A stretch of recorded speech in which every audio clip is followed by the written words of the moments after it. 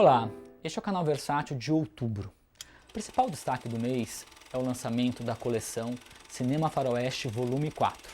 Como os outros volumes da coleção, é uma edição limitada com 6 cards. O principal destaque é, sem dúvida, a inédita versão restaurada do Homem do Oeste, um dos grandes faroestes do Anthony Mann.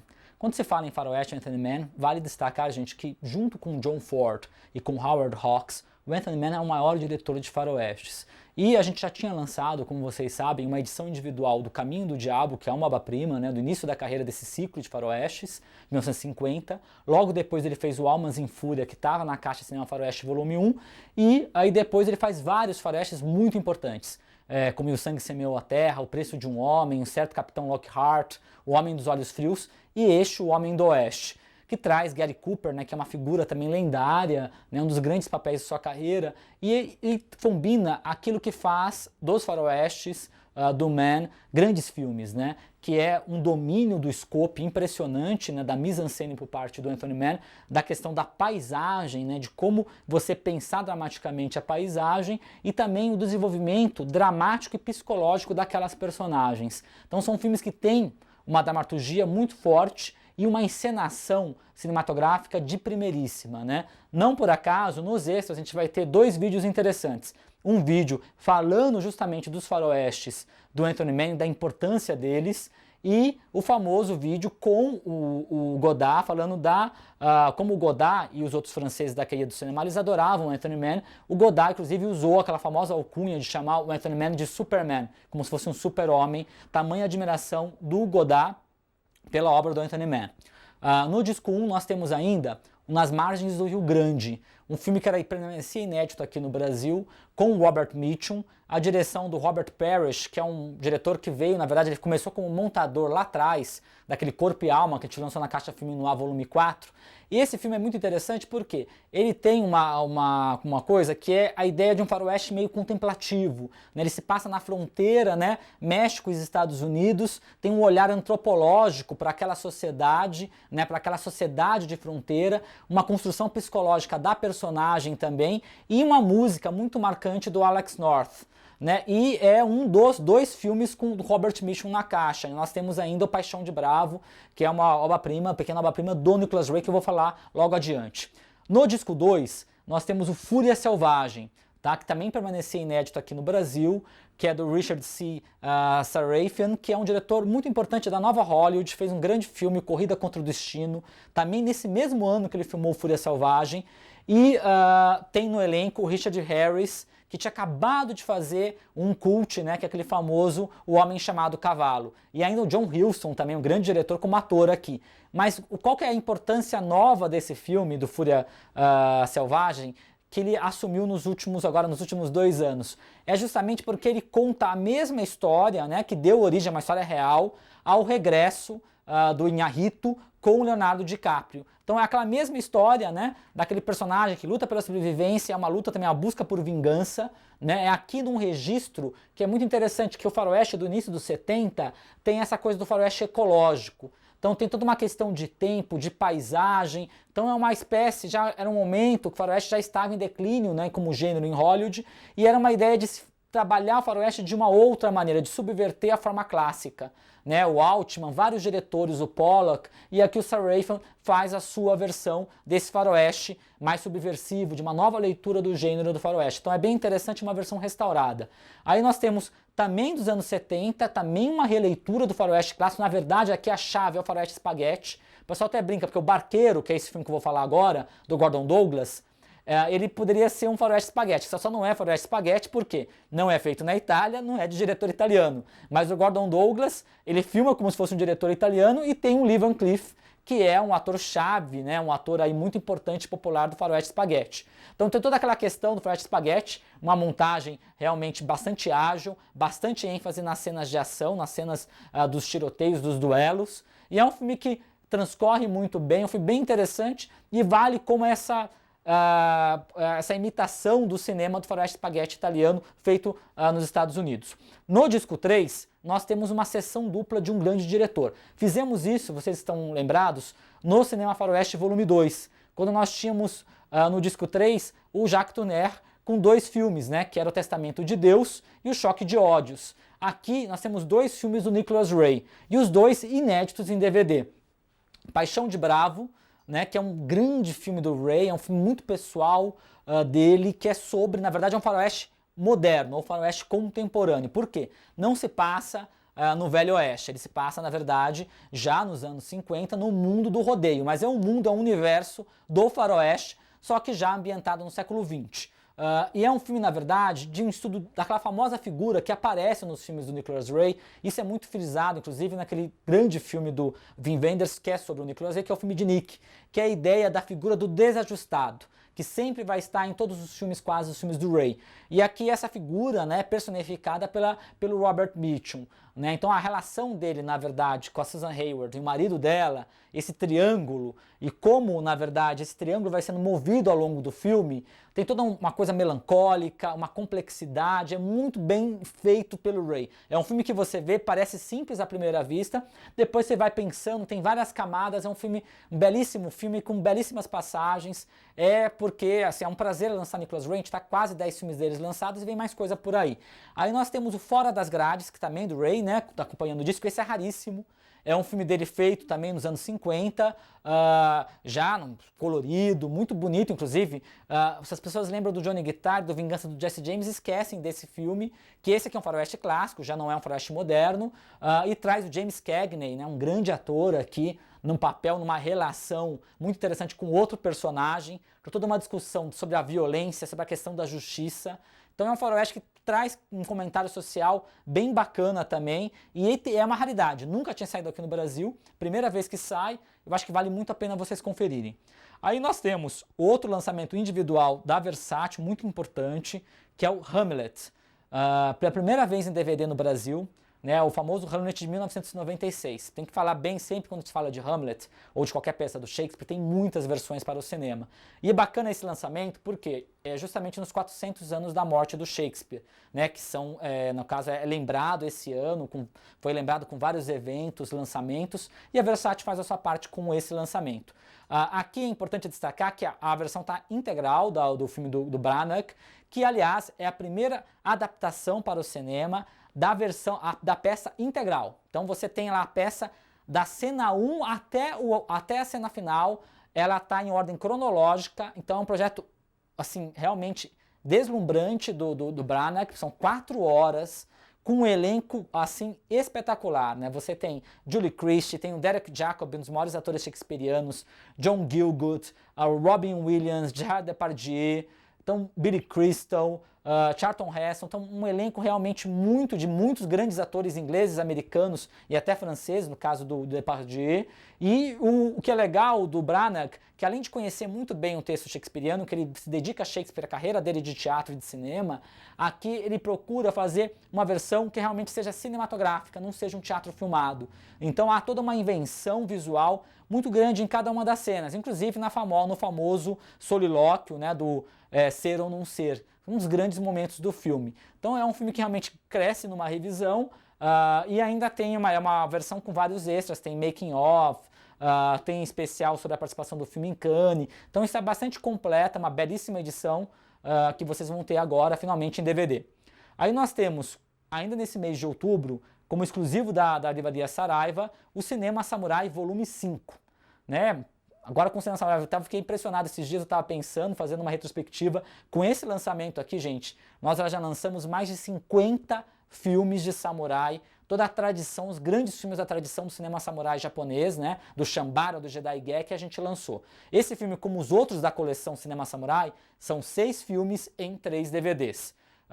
E vou começar a falar agora do primeiro filme do disco 1, que é justamente O Samurai do Entardecer, do Yuji Yamada, que dos filmes de samurai do século XXI é o mais importante. Foi indicado ao Oscar de filme estrangeiro, ganhou vários prêmios, fez carreira aqui, inclusive no Brasil, né? Ele é muito interessante porque, como vocês vão ver nessa caixa Cinema Samurai Volume 5, a gente colocou os outros 2 filmes da trilogia Samurai do Yamada. O Yamada é um diretor que é considerado um discípulo do Ozu, no sentido de trabalhar a ideia do melodrama familiar no Japão. né? Então ele sempre trabalha com essa preocupação do olhar do cotidiano, das relações familiares, é o cineasta dos pequenos gestos, das relações das personagens. E não é um cineasta de invenção visual propriamente dito. E o que ele faz aqui com essa trilogia samurai, especialmente começa com esse filme? Que é contar a história dos samurais, sempre é no crepúsculo do shogunato, no final do shogunato Tokugawa, a partir da história de um samurai de segunda classe.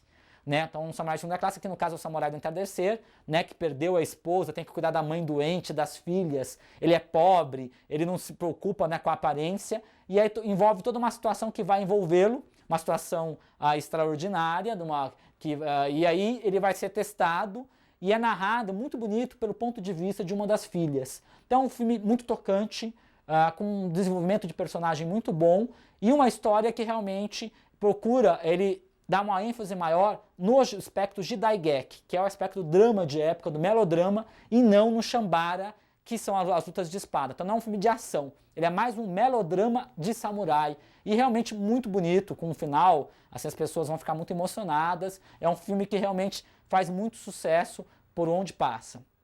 Aí no mesmo disco nós temos O Segredo da Urna, que já é outra coisa, já é anos 60, é um personagem muito famoso, que é o Tanji Sazen, que na verdade ele tem vários filmes, tem livros, tem quadrinhos. Qual que é o Tanji Sazen? O que ele é? Ele é um samurai, na verdade um ronin, que só tem um braço. Então ele sofreu uma traição, né? Ele só tem um braço e ainda caolho de um olho. Né? Aquele é vivido pelo Kinuzuki Nakamura, aquele grande ator do filme de samurai, um dos grandes astros. E é interessante por qual que é a grandeza do filme? A direção do Hideo Gosha.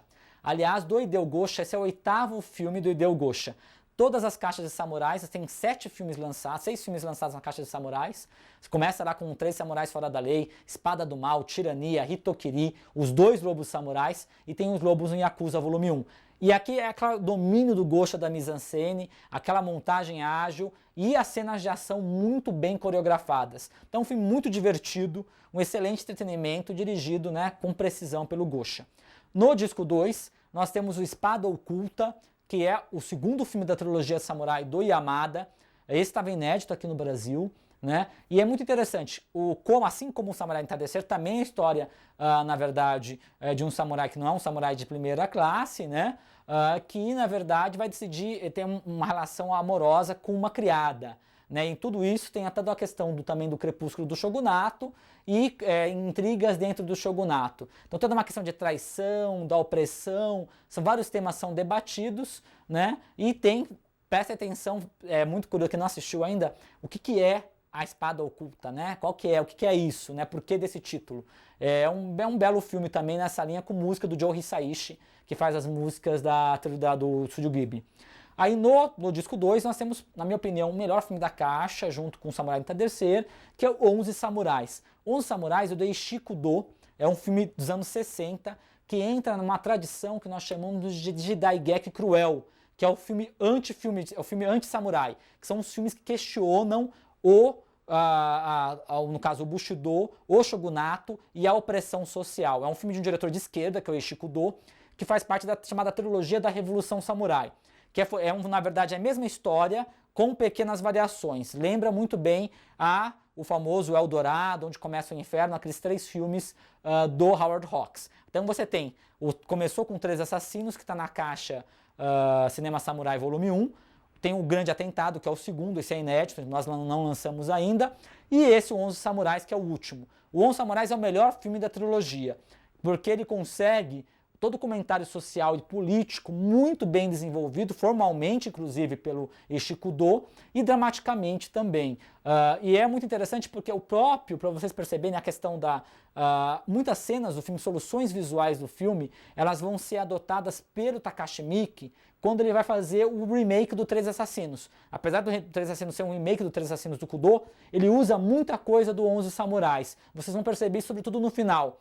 Então é um filme muito impactante, assim, grandes sequências, tem uma sequência final, uma luta final, que é uma luta assim, que é inesquecível, e todo o significado dramático e humano da experiência de ser um samurai é explorada nesse filme. Tá? Realmente é um belíssimo filme da tradição do cinema samurai japonês. Aí nós temos no disco 3, o Honra de Samurai, o desfecho da trilogia do Yamada, que é muito interessante também, que é, no caso, também é um melodrama com uma ênfase maior até na história de amor, né? E aí um samurai que ele é o provador de um daimyo e ele acaba ficando cego. E aí o que essa cegueira vai te trazer de desafio a esse samurai, né? E o que ele vai precisar, tem toda uma questão com essa questão da honra que está no título. Então é um filme também que é uma história muito envolvente. E desfecha muito bem, né? Fecha muito bem essa trilogia do Yamada.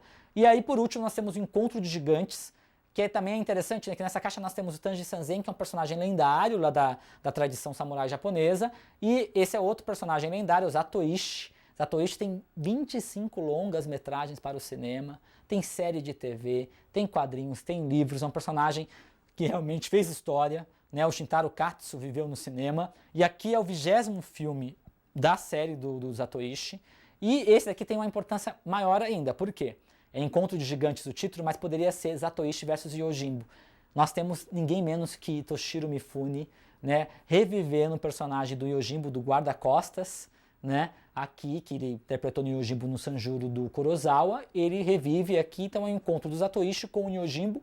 É um bom filme dirigido pelo Kihashi Okamoto, que é o diretor lá do Sete Rebeldes, de Samurai Assassino, de outros filmes que a gente lançou, e do Grande Espada da Maldição. Então foi bem interessante, estar restaurado, e é um prazer poder lançar o Zatoichi e mais um filme aí com o Yojimbo e o Toshiro Mifune, que é o grande ator icônico do cinema japonês de samurai. Aí nós temos em novembro também ótimos lançamentos, o muito aguardado clássico sci-fi volume 3, trazendo Ripple Man, a onda punk, do Alex Cox, restauradíssimo e com muitos extras, Colossus 1980, do Joseph Sargent, um filme importantíssimo sobre o computador fora de controle. Daqui a 100 anos, do William Cameron Menzies, o cult baseado no A.G. Wells. Pânico no Ano Zero, do Ray Milland. Fase 4, A Destruição, do Saul Bass, né, o único filme do grande designer aí do cinema. E O Emissário de Outro Mundo, do Roger Corman. Também um cult aí, em versão com vários extras também. É uma edição limitada com cards, é muito importante destacar. Aí, como é o mês da consciência negra, novembro, nós teremos Malcolm X, uma edição especial, o filme do Spike Lee, enfim, em DVD aqui no Brasil. É um digistack com 2 DVDs, tá? Esse grande filme do Spike Lee, com mais de 2 horas de extras, inclusive no disco 2, traz um excelente documentário da década de 70, narrado por James Earl Jones. Então é bem interessante para quem gosta do Malcolm X. Aí da Saraiva, um exclusivo, com essa mesma temática do cinema negro, nós temos a aguardada caixa Blaxploitation.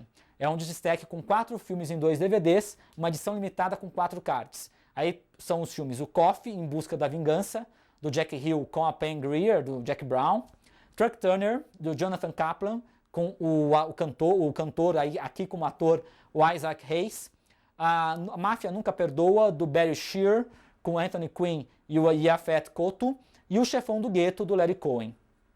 E ainda da Saraiva nós temos um outro exclusivo para novembro, A Arte de Alfred Hitchcock.